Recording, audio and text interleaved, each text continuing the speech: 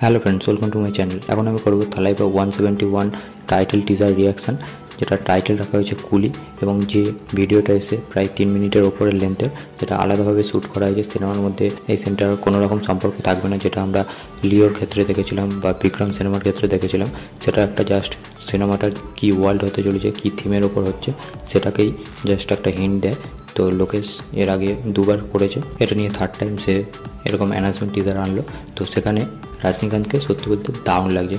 সে যে এই বয়সে এসে 70-71 বছর বয়সে এসে এরকম স্টাইল সোয়াগের সাথে এরকম অ্যাকশান করছে, মানে তামিল ইন্ডাস্ট্রির নতুন নতুন ইয়ং যে ডাইরেক্টর তারাই জাস্ট প্রেজেন্ট করতে পারে রজনীকান্তকে।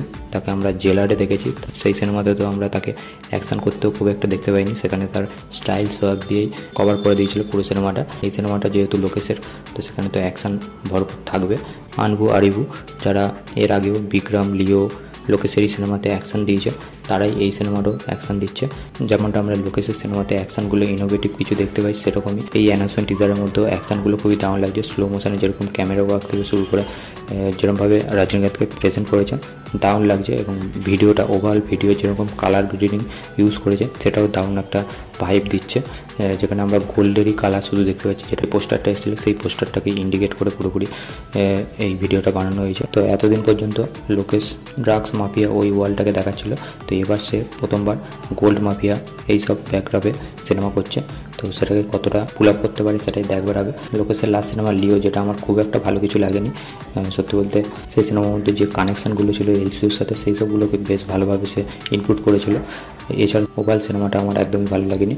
তো আশা করবো রজনীকান্তকে নিয়ে যখন ভালো কিছু হবে, বিক্রমে যেমন কমল হাসানকে ইউজ করেছিল এবং সিনেমাটাও আফটার খুবই ভালো একটা সিনেমা ছিল, সেরকমই এক্সপেক্ট করছি। আফটার দেখা যাক লোকেশ সেটা কতটা পুল আপ করতে পারে। এছাড়া এই অ্যানাউন্সমেন্ট ভিডিওর মধ্যে অনিরুদ্ধের যে বিজিএম শুনতে পাচ্ছি সেটা দারুণ, সেটা আরও একবার ব্যাপক লাগছে।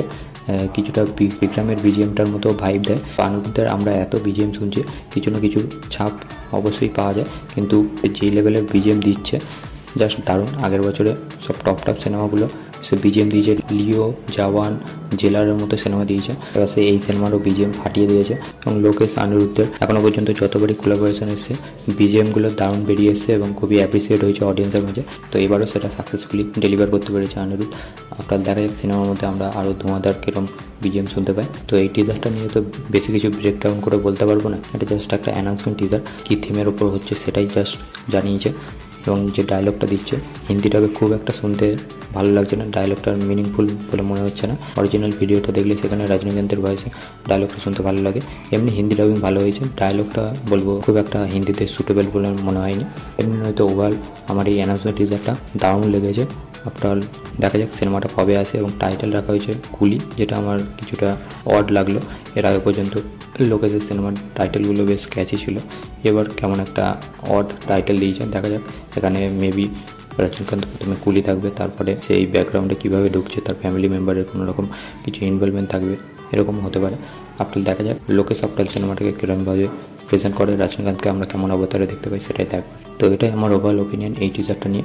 আপনাদের কেমন কী লেগেছে অবশ্যই কমেন্ট করে জানান। আমার এই ভিডিওটা ভালো লাগলে লাইক করবেন, শেয়ার করবেন, চ্যানেলে নতুন হলে চ্যানেলটাকে অবশ্যই সাবস্ক্রাইব করে দিবেন। Till then by.